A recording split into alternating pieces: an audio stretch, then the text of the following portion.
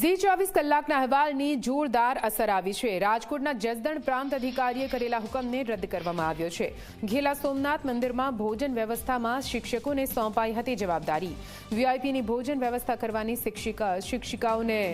શિક્ષકોને જવાબદારી સોંપવામાં આવી હતી। જો કે પરિપત્ર પર ઝી 24 કલાકે સવાલ ઉઠાવ્યા હતા।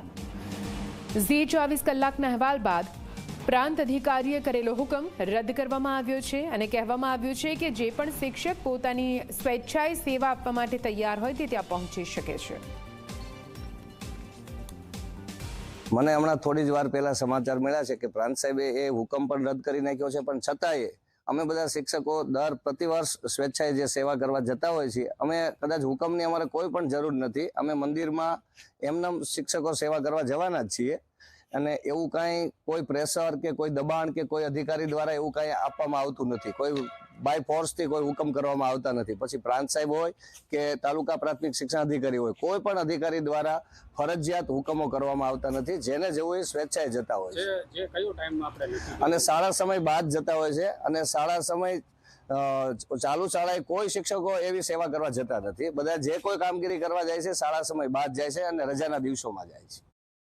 જે આંતરિક વ્યવસ્થા જળવાઈ રહે એ માટે દરેક વર્ષે જે સ્થાનિક સેવાભાવી સંસ્થાઓ છે, આસપાસના ગામ લોકો છે, કર્મચારી સંગઠનો સ્વેચ્છાએ સામે ચાલીને આજે સ્વયંસેવક સેવાકીય કાર્યમાં જોડાતા હોય છે। એના ભાગરૂપે જ શિક્ષકોનું એક ગ્રુપ છે જે એમના શાળા સિવાયના સમય દરમિયાન મંદિરમાં સેવા માટે સામે ચાલીને અમારો સંપર્ક કરેલો।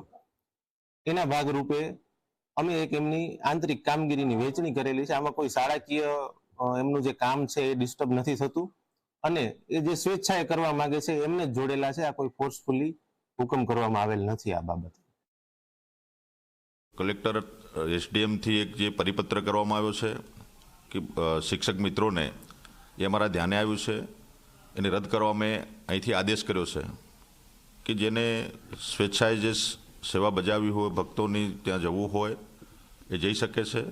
શિક્ષક મિત્રોને પણ મારી વિનંતી છે કે શાળા સમય પહેલાં અને શાળા સમય પછી એ સેવા કરી શકે છે, ત્યાં જઈ શકે છે અને શ્રાવણ માસ 1 મહિના સુધી ચાલવાનો છે।